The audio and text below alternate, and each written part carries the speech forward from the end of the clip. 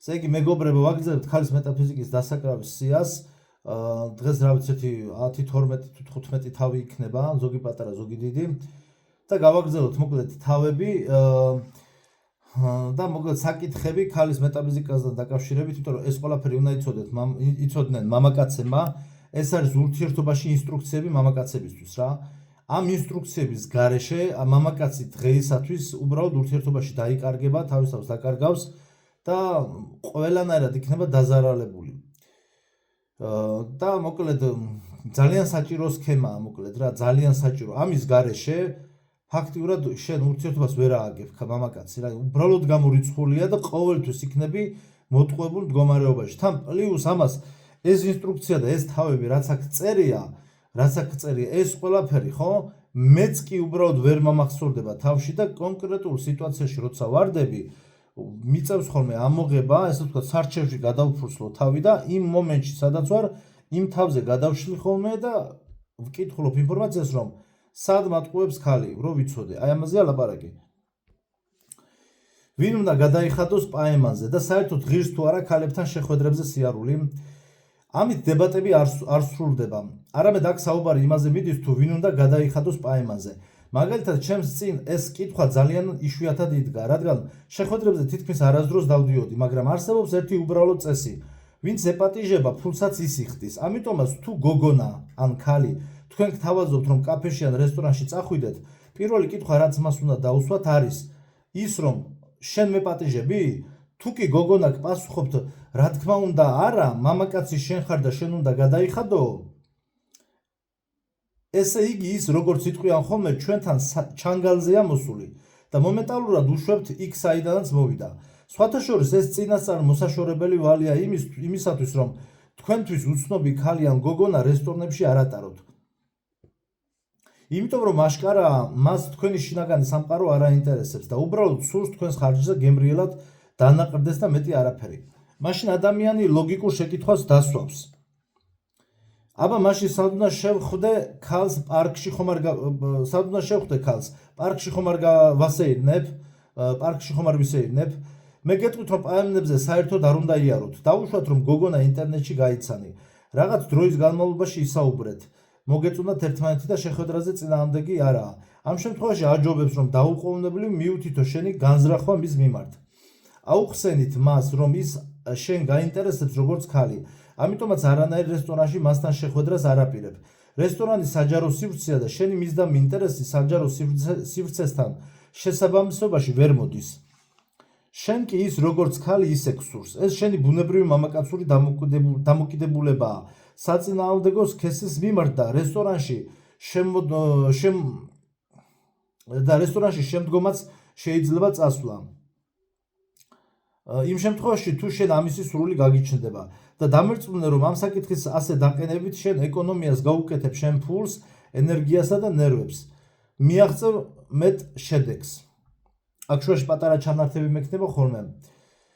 ქალის სუპერ შესაძლებლობებიდან ერთ-ერთი არის ის, რომ მას შეუძლია იდგეს შენს წინაშე, შეყვარებული თვალებით გიყურებდეს, რაიმეს გპირდებოდეს, გეუბნებოდეს ან გთხოვდეს, მაგრამ შინაგანად ამ დროს ის იყოს სრულიად მშვიდი და გულგრილი შენს მიმართ. თუ გსურს ურთიერთობები თუნდაც ერთჯერადად, მაშინ მოგიწევს ქალის შესწავლა.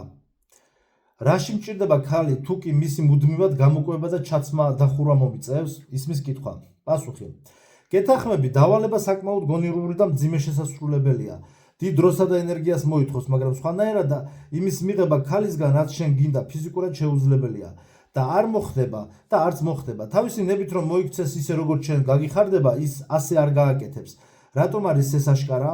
ქალი თავს მაღალ საფეხურზე მდგომ არსებად მიიჩნევს და მისთვის გაუგებარია თუ რა გზით ან რის გამო უნდა გისმინოს ან გემსახუროს, ეს მისთვის გაუგებარია.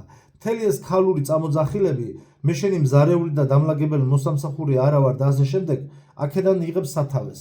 ქალი პირიქით მიიჩნევს რომ მამაკაცი უნდა ემსახუროს მას. მასზე უნდა იზრუნოს, მიისწრაფოდეს, გამოიჩინოს ყურადღება და შეასრულოს მისი სურვილები. ეს ასე ვთქვათ, ის ობიექტური რეალობაა, რომელშიც ჩვენ ახლა ვცხოვრობთ. იმის და მიუხედავად ჩვენ ეს მოგწონს თუ არა. თუ კი შენ გეგმავ ქალთან ურთიერთობას დაუჭირო მხარი, თუნდაც ერთჯერაც, მაშინ მოგიწევს ისწავლო თუ როგორ ისწავლოთ როგორ მართო ქალი, თორემ წინააღმდეგ შემთხვევაში ქალი გმართავს შენ.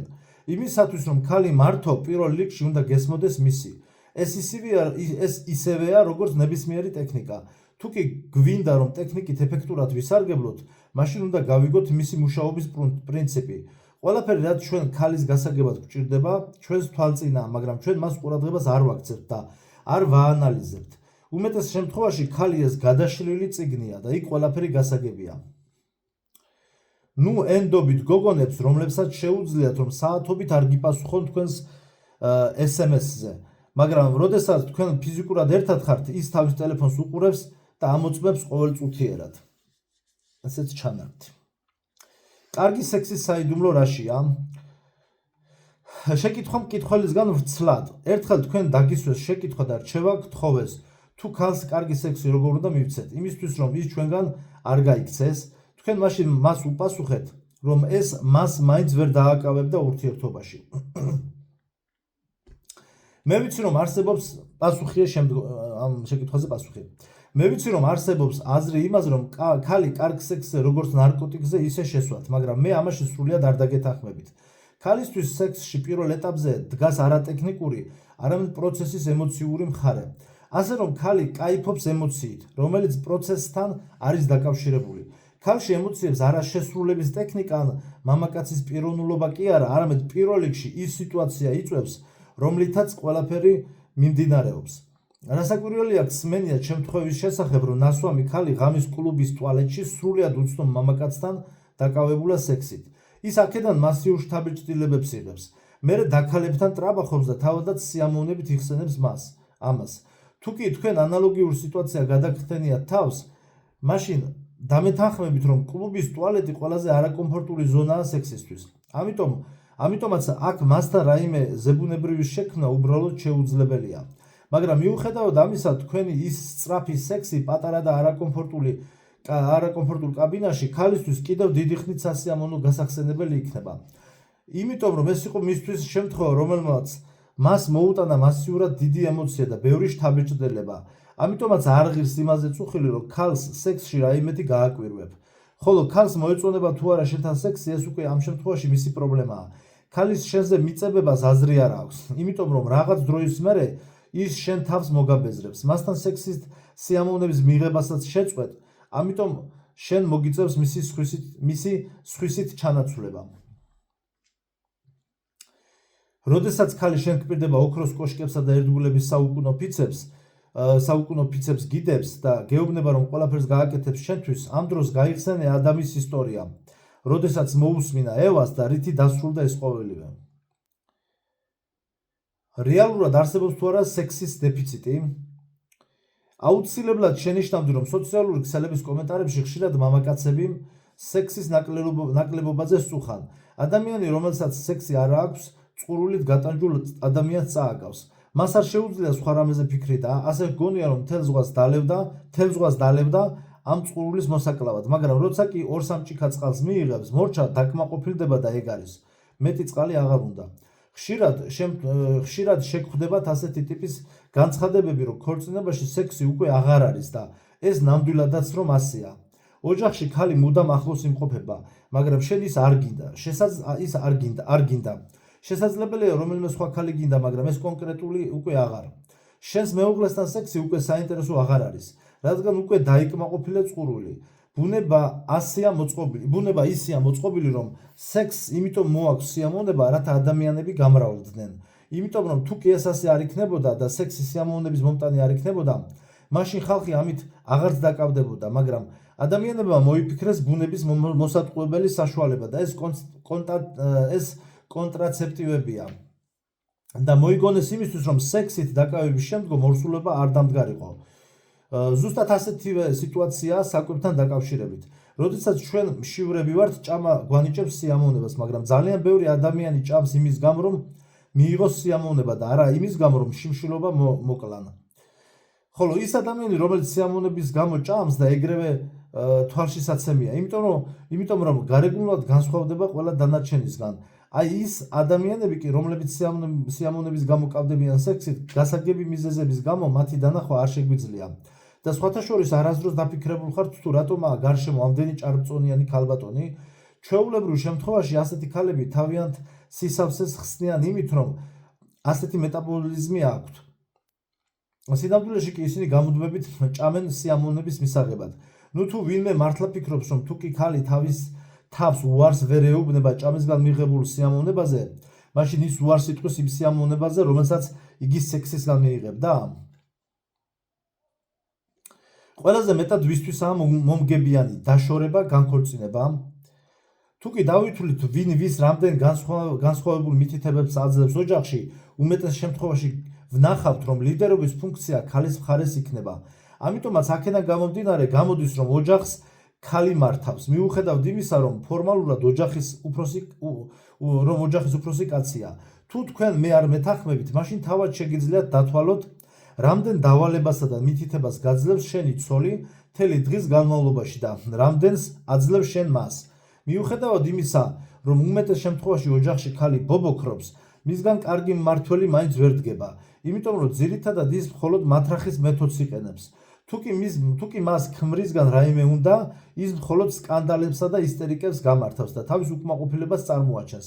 არადა საოცრება ისაა, რომ პირიქით რომ მოხდეს და მათრახისა და სკანდალების მეთოდი ქმარმა რომ გამოიყენოს, დღევანდელი კანონმდებლობის მიხედვით ქმარს ციხე არ ასწდება.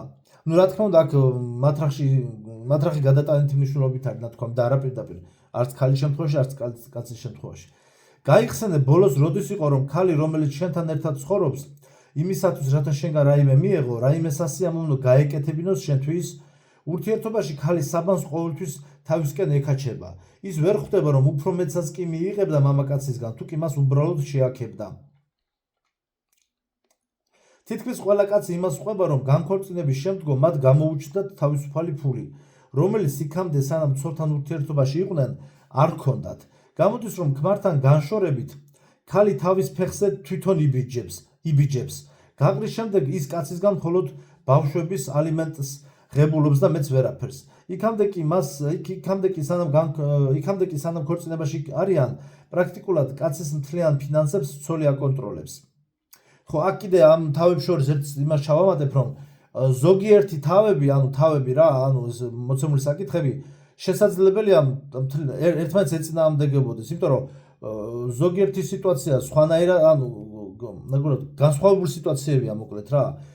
შეიძლება ალიმენტი ჩვენ მაგალითად ალიმენტებზე იქნება ცალკე საუბარი და იქ საპირისპირო აზრი იქნება რა. ამიტომ იმის თქმა მინდა, რომ ზოგიერთი თავი და ზოგიერთი მოსაზრება ერთმანეთს შეიძლება ეწინააღმდეგებოდეს და ეს ბუნებრივიც არის, იმიტომ რომ ყველა სიტუაცია არის სხვადასხვა ხოლმე და განსხვავებული მომენტებია რა. გავაგრძელოთ. რა კითხვა დავუსვათ საცოლეს ხელის თხოვნამდე? მეგობარო, თუ კი შენ გადაწყვიტე დაქორწინდე შენს გულის სწორზე და გაინტერესებს თუ ის მეუღლეობის ურთიერთობის ეტაპზე როგორ მოგიდგება, მაშინ დაუსვი მას შემდგომი სერიოზული შეკითხვა. ეს როგორაა? შენ როგორ ფიქრობ? ვინ არის მნიშვნელოვანი ოჯახში, ქმარი თუ შვილი? თუ კი ის დაახლოებით ასე გიპასუხებს, რომ ყველაზე მნიშვნელოვანი ქმარია, ეს არის ოჯახის საფუძველი და ის, რასაც ოჯახში დედა-ბოძის სახელით ვიცნობთ, რაზეც შეიძლება რომ დაეყრდნოს ქმარ-შვილი. ამ შემთხვევაში ჩათვალე, რომ შენს გოგონაში გაგიმართლა. ხოლო თუ კი გოგონა გიპასუხებს, რომ მნიშვნელოვანი ბავშვია, მაშინ იცოდე დასაწყისისთვის ის შენ გამოგიყენებს როგორც რესურსს და შემდგომშიც ექსკლუზიურად გამოგიყენებს როგორც რესურსს. როგორ მოვიქცეთ ტიპიურ მერკანტიულ გოგონასთან? გოგო, რომელიც არის აუღებელი ციხესიმაგრესავით, არა ამხიარული მომენტებში თავხედობს და ისეთ აურას ტოვებს, რომ თითქოს მისი დაცვისთვის ვინმეს მოკლა მოგიწევს, ბიჭები სვავენ შეკითხვას, რა ვუქნათ ასეთ გოგოს ეგოს, იგივე მის საკუთარი მნიშვნელობის შეგრძნებას? მოდით ვუპასუხოთ ამ შეკითხვას. ყველაფერი, რაც შენ აუცილებლად უნდა იცოდე, არის ის, რომ გოგონა მაღალი თვითშეფასებით, იგივე საკუთარი მნიშვნელობის უმაღლესი შეგრძნებით. ის ასე ექსკლუზიურად შენთან მიმართებაში იქცევა. ზოგჯერ სხვა ბიჭებთანაც დამატებით. მაგრამ ყოველთვის არსებობს ისეთი ტიპი, რომელთანაც ის კეთილია, მოსიყვარულე, მორცხვი, მომღიმარი და ასე შემდეგ. ეს მხოლოდ ერთ რამეზე მეტყველებს, შენ მისთვის როგორც მამაკაცი საინტერესო არ ახარ. და ასეთ გოგოსთან ყველაზე კარგი ურთიერთქმედების საშუალება არის არც ძალადობა, არც მისთვის ბრძოლა, როდესაც გეუბნება არას, არამედ ის, რომ უარი თქვა ასეთ ურთიერთობაზე, რითაც დაზოგავ შენს დროს, ფულსა და ნერვებს. მართალია, რომ ქალები მამაკაცებს ხელთათმანებივით იცვლიან? ზოგჯერ ბიჭები ფიქრობენ ხოლმე თუ რა უსამართლოდაა მოწყობილი ეს სასტიკი სამყარო. არსებობს მოსაზრება, რომ მამაკაცებს სექსი წლებია, რაც არა აქვთ. აი ქალები კი პირიქით კაცებს ხელთათმანებივით იცვლიან. არა და ასეთი რამ მათემატიკური თვალსაზრისითაც კი შეუძლებელია. თუ როგორაა სინამდვილეში, მოდით განვიხილოთ დაკვირვებითა და პირდაპირობით მაგალითებზე დაყრდნობით. მე მაქვს შეკითხვა იმ მამაკაცებთან, რომლებიც ფიქრობენ, რომ ქალს სექსი ნებისმიერ მომენტში შეუძლია მიიღოს. რასაკვირველია, თქვენ შეამჩნევდით, რომ სოციალურ ქსელებში მამაკაცური თემების განხილვისას ქალებიც წერენ კომენტარებს, სადაც მამრების გაკრიტიკება მიდის. არა მგონია ასეთ მანდილოსნებთან საქმის დაჭერა თქვენს უმრავლესობას უნდოდეს. მით უმეტეს, რომ თავიანთ პროფილის ავატარზე საკუთარი ფოტოც კი არ უდევთ. ეს ხდება იმიტომ, რომ ქალებს რეალურ ცხოვრებაში მამაკაცების ყურადღება არ ყოფნით. შემდგომ ყურადღების მიქცევას სოციალურ ქსელებში დაუნდობელი კომენტარებით ცდილობენ. სხვათა შორის ყავს ესეთი ერთი ფოლოვერი, რომელმაც წამშალა დამამა და წამშალა და იქ იმას მიკეთებენ, რა ქვია, ცდილობენ ჩემს გამოწვევას, პროვოცირებას, რომ ასე ვთქვათ, ყურადღება მიიქციონ რა და უკვე ამით მისი პირადი ცხოვრება, ამით ჩემთვის გასაგებია უკვე მისი პირადი ცხოვრება. არა და რამდენიმე მათგანი მართლაც რომ ულამაზესია. გავაგრძელოთ. და თუ კი, მაგრამ არ გამოსდით. და თუ კი ასეთ კატეგორიასთან არც თქვენ, არც მე და არც არავის არანაირი ინტიმური და თუ კი ასეთ კატეგორიასთან არც თქვენ, არც მე და არც არავის არანაირი ინტიმური ურთიერთობა არ უნდა, მაშინ არანაირად შეუძლიათ მათ სექსის მიღება ნებისმიერ მომენტში პირველივე მოსურვებაზე. ქალების სიტყვის მიხედვით ჩვენ როგორც წესი საკუთარ თავებს ახალგაზრდა, სიმპათიურ და მოფლირტავე მამრებად წარმოვიდგენთ და სრულიად ბუნებრივია, რომ ქალებიც მათი სექსუალურობიდან გამომდინარე გვიზიდავს, მაგრამ ქალების აბსოლუტურ უმრავლესობას ახლოსაც კი არაფერი საერთო არ აქვს სექსუალურობასთან. იმისათვის, რომ ქალმა სექსი ნებისმიერ მომენტში პირველივე მოსურვებაზე მიიღოს, მაშინ ის თავად უნდა გამოიყურებოდეს მიმზიდველად. სექსუალურად და ქალურობას უნდა ასხივებდეს. მაგრამ ბიჭებო, მოდით აბა მიმოიხედეთ თქვენს გარშემო ქუჩებში, საზოგადოებრივ ტრანსპორტში, მაღაზიებში. ქალების უმეტესობა, რომლებსაც თქვენ ამ ადგილებში ხედავთ, იწვევს კი თქვენში მათ მიმართ სექსუალურ სურვილს. მე ვფიქრობ, რომ ყველა იმ ქალს, რომლებსაც მან ხედავთ, სექსუალური წყურვილი ძალიან ნაკლებ პროცენტზე გიჩნდებათ. ამ შემთხვევაში კი მე ამიხსენით მთელ ამ დანარჩენ ქალებს, რომელ მამაკაცებთან შეუძლიათ, რომ სექსი ჰქონდეთ ნებისმიერ მომენტში, მათ პირველივე სურვილზე.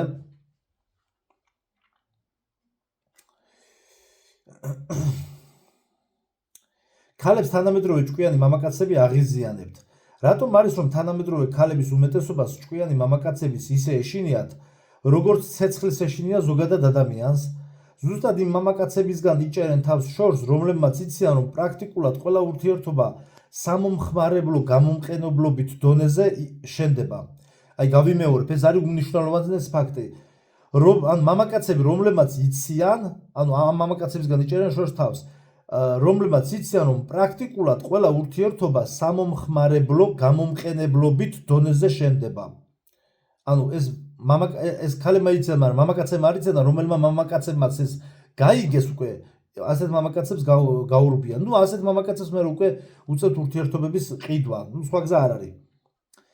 სადაც ყველაზე ხშირად ქალს ყველა სახის მანიპულაციით კარგად შეუძლია მამაკაცი თავის თავზე მოირგოს და მისგან მიიღოს გარკვეული სარგებელი, მაგრამ თუ კი კაცისგან არანაირი მოგება არაა, მაშინ ხშირ შემთხვევაში მისი მიმართულებით შეიძლება გაიგოთ ასეთი სიტყვები და რაღაცომ მჭირდება მაშინ მე ის რა უნდა გავაკეთო ასეთ მამაკაცს თუ ვერაფერში გამოვიყენებ, იჯდეს აქვე თავისთვის ახლოს. ციტატა ვიდეოდან, თუ როგორ არიგებს თავის ქალიშვილის დედა. გოგო ეკითხება დედას, რატომ თვლი, რომ წყვილიდან ყველამ თავისი არ უნდა გადაიხადოს? დედა პასუხობს, თაყვანისმცემლებიდან ასეთი ჯერ არ ყოფილა, რომ ქალს თავისი ხარჯი თვითონ გადაეხადა. რა ჯანდაბად მჭირდება ასეთი კაცი? თუ კი მე თავად წავალ, გადავიხდი და პირდაპირ შევჭამ, მაშინ ის რისთვის გამჭირდება? იმისათვის რომ გვერდზე მეჯდეს? ციტატის დასასრული. ჩემი აზრით, ქალებს ნამდვილად ეშინიათ ასეთი მამაკაცების და არ თანხმდებიან მათთან ურთიერთობის აწყობას. იმიტომ რომ ქალმა ყოველთვის უნდა შეასრულოს თავისი ბიოლოგიური ფუნქცია.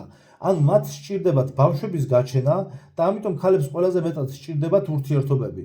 აი ამას გულისხმობ, როცა ვიძახი, რომ ქალებს სჭირდებათ ურთიერთობები და არა პირიქით. თანაც ახლა, როცა უფრო მეტი მამაკაცი ხვდება ამ ჭეშმარიტებებს, რომ ჩვეულებისამებრ მას, მამაკაცს, რესურსის ხარისხში იყენებენ. შესაბამისად, კაცები ასეთ ქალებთან საქმის დაჭერაზე უარს ამბობენ. უბრალოდ თანამედროვე ქალი მიეჩვია იმას, რომ მისთვის მამაკაცი გამოსავლის პოვნაა. ქალებს მუდამ ჰყავთ სათადარიგო როგორიღაც მეგობარი და ან მეგობარი რა ესე რა ვითომ და თაყვანისმცემლების წრე, რომლებზეც მანიპულაციებს ახდენენ. მამაკაცმა უნდა გააკეთოს. კაცი ვალდებულია, ნამდვილი მამაკაცი ასეთი უნდა იყოს და აი აქ უკვე ამოვარდება ხოლმე მოთხოვნების მთელი სია და ასე შემდეგ. ქალებს ასევე ჰყავთ ისეთი მამაკაცები, რომლებიც მზად არიან ისინი ხელის გულზე ატარონ და შთააგონონ მას კაცს, რომ მან ქალმა არაფერი არ უნდა გააკეთოს ურთიერთობაში. მაქსიმუმ ლამაზად გამოიყურებოდეს და კაცს მცირედ ყურადღება აჩუქოს. მამაკაცების უმრავლესობა მზადაა მისი მოთხოვნები დააკმაყოფილოს და ეს ყველაფერი კაცს ერთი ჯადოსნური სიტყვით გააკეთებინოს, რომ ის ქალია, ის სუსტი სქესია და აგროვებს ისეთ ნამსხვრევებს, რომ ერთი აკეთებს ერთს, ხოლო მეორე მეორეს, მესამე კიდევ რაღაცას და თვითონ თავად ყველაზე მომგებიან პოზიციაში დგება, სადაც მას ყველაფერი იოლად მისდის, ხოლო მამაკაც ამ ყველაფრის მოსაპოვებლად უზარმაზარი ძალისხმევა სჭირდება. როგორც წესი, ზოგიერთ ქალს რომელიმე მიმართულებით განვითარება არ სურს, რათა მომავალში საკუთარი თავი უზრუნველყოს. ის ფიქრობს, რომ რატომ რისთვის სჭირდება მას ეს, მამაკაცი ხომ ვალდებულია, ის მიეჩვია იმას, რომ მამაკაცმა უნდა გადაჭრას ყველა მისი პრობლემა და მისცეს ქალს ყველაფერი, რასაც კი ის მოისურვებს. ქალს ყოველთვის უნდა რომ გააკონტროლოს და დაიმორჩილოს კაცი და როდესაც მას ეს გამოუვა, შემდგომ იწყებს ახალი კაცის ძებნას. თანაცხოვრება ქალ ისტერიკასთან. ქალი, რომელიც შეურაცხყოფს ყოფს და ამცირებს მამაკაცს, ეს არის ისტორიჭკა, რომელიც საკუთარ ემოციებს ვერ მართავს და ვერ აშენებს ჯანმრთელ დიალოგს. მამაკაცისგან საპასუხოდ რას იღებს ქალი ასეთ საქციელზე? სიბრაზესა და აგრესიას, რაც მამაკაცისგან სრულიად ნორმალური რეაქციაა. და მერე ქალი იქით უყვირის კაცს, რომ თურმე ეს კაცი ყოფილა მოძალადე. ნუ როგორაა მამაკაცი მოძალადე, როდესაც ეს პლასტინკა თქვენ თავად ჩაწერეთ манипуляციით, შეურაცხყოფითა და დამცირებით. ქალი მოძალადე ქალებით სავსეა ქვეყანა, ემოციურად არასტაბილურებითაც. იცოცხლეთ რამდენიც გნებავთ. ფსიქოპატებით უამრავია. როდესაც მამაკაც ხელში ჩაუვარდება ასეთი ქალი, რომელიც კაცისგან ბოლომდე გამოწურულ წვენს სვავს, ამ დროს სამწუხარო ისაა, რომ მამაკაცი ამას ეგრევე მომენტალურად და დროულად ვერ ხვდება და შედეგად ათასობით ღირსეული მამაკაცი ცხოვრობს ეგრეთ წოდებულ ქალ ისტერიკასთან. ისტორიჭკაო, რო იტყვიან ხოლმე. პატარა ჩანართი. თუ კი გოგონა ხვდება, რომ მას თქვენი ურთიერთობა აღარ ასჭირდება, მაშინ ის იწყებს ბიჭის დადანაშაულობას ყველა სახის სოდვაში, იწყებს მისგან დისტანცირებას, ხდება გულგრილი და ეძებს მიზეზს კონფლიქტის სამოსაწყებად.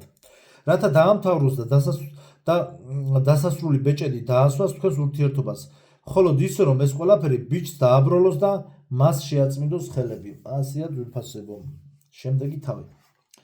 ქალებზე არ ინერვიულოთ. სინამდვილეში შენ მოცემულ კონკრეტულ ქალთან სექსი გექნება თუ არა, დამოკიდებულია შენს მისდამი ურთიერთობაზე. თუ კი ის შენთვის შენი ერთადერთი და განუმეორებელია, მაშინ დიდი ალბათობით არანაირი სექსი თქვენ შორის არ იქნება. მაგრამ თუ კი შენ გესმის, რომ ასეთი ქალი შენს გარშემო ზუსტად 1000 მაინც დარბის, მაშინ მასთან სექსი უბრალოდ სტატისტიკად გადაიქცევა.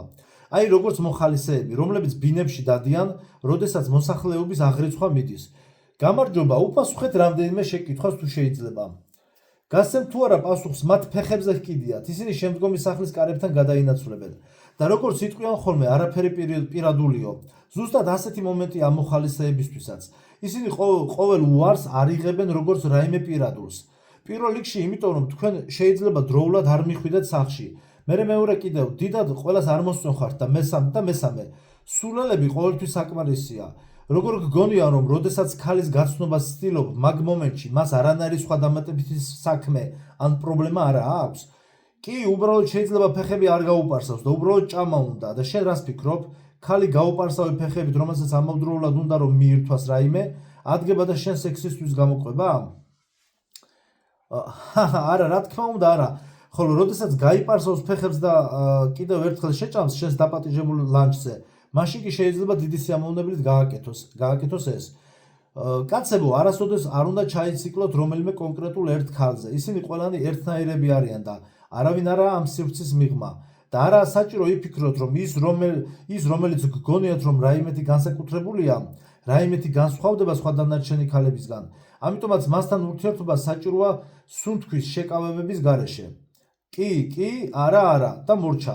თუ კი ქალს რაიმე არ უნდა, არასდროს არ უნდა ეცადოთ მის დათანხმებას და მით უმეტეს რომ მის მოსაპოვებლად იბრძოლოთ. იმიტომ რომ რაც უფრო მეტად ხარ დაკავებული ამ სისულელით, მით უფრო ნაკლებია შანსი იმისა, რომ ქალი საწოლში შეიტყუო. მახსოვს სიყმაწვილის პერიოდში, როდესაც შეყვარებულმა მიმატოვა და საშინელი დეპრესია მქონდა, სტუმრად ვიყავი ნათესავებთან სოფელში და იქ ერთმა დედისტოლა ქალმა მანუგეშე და მითხრა: ლაშა, არიდარდო, ქალები ყველანი ერთნაირები ვართო. ჩვენ შორის განსხვავება მხოლოდ სახელსა და გვარებშიაო. ქალის ხელში მამაკაცის სამანიპულაციო ინსტრუმენტი გახლავთ მამაკაცის სურვილი, რომ ფლობდეს ქალს. შემდეგი თავი. ტრენდული ეგოიზმი ქალებში. ნებისმიერი ადეკვატური ქალი ორიენტირებული უნდა იყოს ოჯახზე და არა მხოლოდ საკუთარი თავის შიკოლადში ცხოვრებაზე სიბრწყალებში. მაგრამ სამწუხაროდ თანამედროვე გოგონების უმეტესობა იაფფასიანი ემოციებისა და მუდმივი დოფამინის მიღებისთვის ცხოვრობენ. მათ უნდათ რომ იმოგზაურონ, უნდათ რომ ცხოვრებით ისე იკაიფონ, თითქოს და მათი ყოველი დღე ცხოვრების უკანასკნელი დღე იყოს და არაფრის მოკლება არ უნდათ. მათ საკუთარი ბუნებრივი ფუნქციის შესრულება არ უნდათ, რაც დედად გახდომაში იგულისხმება. და შეხედეთ ამ ყველაფერმა მთელი კაცობრიობა სამდამდე მიგვიყვანა, რომ ასეთი ქალური უხამსური დამოკიდებულების გამო დემოგრაფია უზარმაზარ კრიზისში იმყოფება და ყოველდღიურად სიტუაცია უფრო და უფრო უარესდება. კაცებო, ცხოვრების რა ეტაპზე გადავუხვიეთ არასწორად? როგორ გამოვიდა ის ასე, რომ ქალი, რომელიც გვიმზადებს გემრიელ ყოველდღიურ კერძებს და ზრუნავს ჩვენზე, დღეისათვის ეს ერთგვარ მიუღწეველ ფუფუნებად იქცა. არა და სულ რაღაც 50 წლის წინ მამაკაცზე მსგავსი მზრუნველობა და მოვლა სოციუმში ჩვეულებრივ ნორმა არსებობდა და რატომ ხდება რომ დღეს ეს ჩვენ გვჭირდება უფლება იმისთვის რომ მსგავსი ტიპის მზრუნველობა მივიღოთ ქალებისგან? როდესაც ჩვენი ბაბუები ასეთ ლამაზ და მზრუნველ ქალებს ცოლის სახით ბრჭყალებში უფასოდ იღებდნენ. ქალებმა უნდა გაიხსენონ თავიანთი ნამდვილი დანიშნულება და თავიანთი ცხოვრება, უნდა მიუძღვნან ოჯახის სამსახურს და არა მხოლოდ დუბაისა და კუნძულ ბალიზე დასვენებას. განსაკუთრებით კი თავიანთი მამაკაცის სიყვარულსა და მზრუნველობაში. ეს არის ქალის რეალური დანიშნულება ამ ცხოვრებაში და არა განცალკევებული დამოუკიდებელი ცხოვრება და ოჯახის არ შექმნა. სხვაგვარად კი, თუ ყველაფერი ასე დარჩება, ჩვენ დემოგრაფიული ორმოს ამოთხრას გავაგრძელებთ და ბოლოს ყველაფერი დასრულდება. მამაკაცთან გამოსაყენებელი ქალური საყვარელი მანიპულაციური ფრაზა გამოიყურება ასე: შენ ხომ კაცი ხარ, გააკეთე რამე. კომპრომისები საოჯახო კამათისას. თუ კი ქალი თანახმა არ არის იმ წესებზე, რომელსაც მამაკაცი მას უყენებს, მაშინ კაცი ყოველთვის ცდილობს რომ კომპრომისზე წავიდეს და თავის ზოგიერთ მოთხოვნაზე ქალის სიყვარულის გამო შეიძლება უარიც კი განაცხადოს. აი ქალი კი საკუთარ მოთხოვნილებებზე არასდროს იტყვის უარს. ის მუდამ მოქმედებს შემდგომი პრინციპით, რომ ან იქნება ისე როგორც მე მინდა, ან კიდევ არ იქნება არაფერიო და ეგრევე იწყებს უხეშობასა და მანიპულირებას კაცისგან წასვლის შესახებ. ქალი არ შეეცდება რომ შეინარჩუნოს ურთიერთობა. მამაკაცსა და ქალს შორის ასეთი განსხვავებული ქცევის მოდელები აიხსნება იმით, რომ კაცისთვის ყოველთვის მნიშვნელოვანი და პირველ ადგილზე მყოფი საკუთარი საქმის კეთებაა და ამის გამო მზადაც კი არის რომ ზოგიერთი თავისი ინტერესები შესწიროს ამ ყველაფერს. აი ქალისთვის კი მნიშვნელოვანია რომ პირველ ადგილზე თავად ის იდგეს და ის თვისება რომ საერთო საქმისთვის რაიმე მსხვერპლი გაიღოს, ქალებში მსგავსი თვისება პრინციპში არ მოიძებნება. ქალი აბსოლუტურად ეგოცენტრულია და თუ რა არის საერთო ინტერესები, მას ეს უბრალოდ არ ესმის. ქალი თulis რომ იმ მამაკაცის წინაშე რომელთანაც ის ურთიერთობაშია მას არანაირი ვალდებულება არ გააჩნია თუ კი ვინმეს რაიმე ვალდებულება გააჩნია ეს მხოლოდ მამაკაცია რომელიც ვალდებულია ქალის წინაშე ბევრ რამეში ასე რომ თუ კი შენ ფიქრობ რომ შეგიძლია ქალთან ერთად რაიმე საერთო ააშენო მაშინ შენ გულუფრკვილო ყოფილხარ ერთ დროს მეც ვიყავი ასეთი გულუფრკვილო მაგრამ გამოცდილებამ ამ კომფორტის ზონიდან მალევე გამომიყვანა არასდროს დაეყრდნო ქალს მიუხედავად იმისა რომ ჩვენი ისტორია ქალებზე იდგა და ძველი ტიპის სახლების მოწყობაში ტერმინი დედაბოძიც კი ამის გამომხატველი იყო სამწუხაროდ დღევანდელობაში ეს ასე აღარ არის თუ კი კაცი კეთილი პასუხისმგებლიანი და მზრუნველია მაშინ ქალს მასთან სწყინდება და ის აუცილებლად იპოვის ვიღაცა ღორს ვის გამოც ის დაიტანჯება ურთიერთობიდან რის მიღება სურთ ქალებს ყველაზე მთავარია გავათვალისწინებთ ერთი რამ რომ ქალს კაცი როგორც პიროვნება არ უყვარს მას უყვარს ის რისი მიღებაც ამ კაცისგან შეიძლება ხოლო ქალს კი კაცისგან ძალიან ბევრი მისთვის საჭირო რამის მიღება შეუძლია მე დავიწყებდი ემოციებით ქალის მიერ ემოციების მიზიდულობისა და აღმაფრენის მიცემა კაცისთვის ყველაზე მომგებიანი და ეკონომიური სტრატეგიაა თუ კი კაცმა იცის თუ რა ემოციები სჭირდება ქალს და როგორ მისცეს ეს ემოციები მას მაშინ კაცს არასდროს არ მოუწევს ასეთ სიტუაციაში ქალზე ბევრი ფულის დახარჯვა როგორც მოსაპოვებელი ობიექტისთვის მსგავს მომენტში დიდია შანსი იმისა რომ შეიძლება პირიქითაც მოხდეს და შენში როგორც კარგ პარტნიორში მამაკაცში იქით ჩადოს თანხები ქალმა ემოციურად მიბმულობაში ასე შეგიძლიათ საკმარისად დიდხანს დააყოვნოთ თქვენთან ურთიერთობაში ქალი იქამდე სანამ ყელში არ ამოგივათ ეს ყველაფერი ან კიდევ ასე ვთქვათ მიბმულობის ბაწრის სიგრძე არ გათავდება ის რისი მიღებაც შეუძლია ქალს კაცისგან სიაში შემდგომი მოდის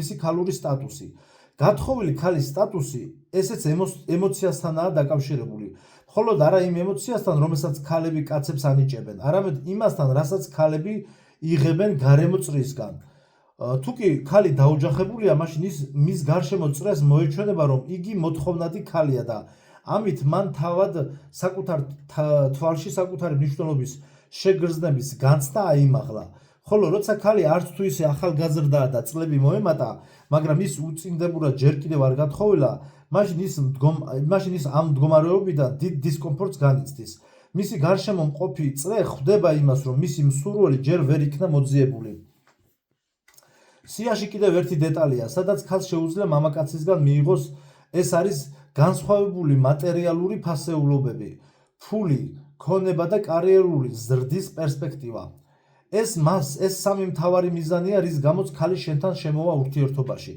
ბუნებრივია უნდა იცოდე რომ შენ ერთადერთი ვარიანტი არ ახარ მიუხედავად იმისა შენი გოგო რასაც არ უნდა გეუბნებოდეს რასაკვირველია შენს მსგავსად მას კიდევ რამდენიმე მსგავსი კანდიდატი ყავს და მე თუ მკითხავთ ამაში ცუდი არც არაფერია ეს მეთოდი კაცებმაც უნდა გამოვიყენოთ და ჩვენც ანალოგიური მიდგომით უნდა ვისარგებლოთ და პარტნიორის არჩევისას ჩვენც მსგავსი მეთოდით ვიხელმძღვანელოთ ვიყოლიოთ რამდენიმე კანდიდატი და მათ შორის ჩვენთვის მეტნაკლებად კომფორტული ვარიანტი შევარჩიოთ გვირგვინი ქალის თავზე ქალები ვაჭრები არიან რომლებსაც უნდათ რომ რაც შეიძლება ძვირად გაკიდონ საკუთარი თავები და ამიტომაც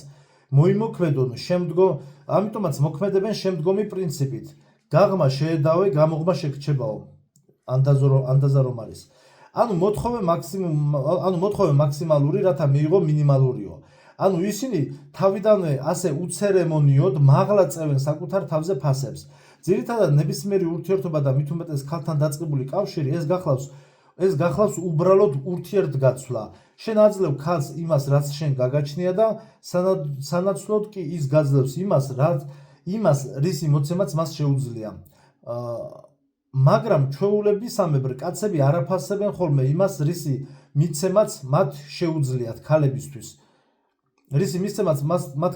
შეუძლიათ აი ქალი კი ნებისმიერ მის პირობას კატასტროფულ ფასს ადებს რაც რეალობას ნამდვილად არ შეესაბამება ამიტომაც არის რომ ბიჭებს ეჩვენებათ რომ გოგონას თავზე გვირგვინი ადგას და ანუ როგორც თანამედროვეობაში იტყვიან ხოლმე გოგონაზე ამას რა დიდი წარმოდგენა ჰქონია თავის თავზეო არა და არანაირი გვირგვინი გოგონას თავზე არ არის და არც არასდროს უარსებია. ის რასაც ბიჭი ამ გვირგვინად აღიქვავს, სინამდვილეში უბრალოდ ქალის სურვილია რომ კაცს მიყიდოს საკუთარი თავი ბევრად უფრო ძვირად, ვიდრე კაცი აპირებდა მზრუნველობითა თუ საჩუქრებით ამ ყველაფრის გადახდას. მაგრამ თუ კი შენ დააფასებ შენს თავს და შენს რესურსებს, შენს დროსა და შრომას და არ დაიწყებ ქალისთვის ფულის დახარჯვას იმისთვის, რომ მან თუნდაც ფიზიკური სიახლოვის უფლება მოგცეს, მაშინ შენ დაინახავ შენი მოწონებული გოგონას თავიდან ეს მითიური გვირგვინი თუ როგორ მალე გაქრება. ნებისმიერ მამაკაცი ქალისთვის არის რესურსი, ან მატერიალური, ან კიდევ ემოციური რესურსი. ყოველთვის ეს იყო ასე და იქნება. დღეს მოურჩით მეგობრებო, მე გავაგრძელებთ კიდე ამ დასაკრავსიას. აქ ამ მოყვანილ თავებში და შემდგომშიც არის მოყვანილი თუნდაც დეტალები, რაღაცა შეიძლება ზოგი ვიღაცისთვის უხერხული იყოს ან რაღაც, მაგრამ ეს არის ფაქტებზე, პრაქტიკაზე დაყრდნობილი, რაც რეალურ ცხოვრებაში ხდება და ეს არის ჩვენი რეალური ცხოვრება, ანუ რაც ხდება, ფაქტები რაც არის, ყოფიერება რაც არის, ჩვენ ზუსტად იმაზე არის ეს ყველაფერი აგებული.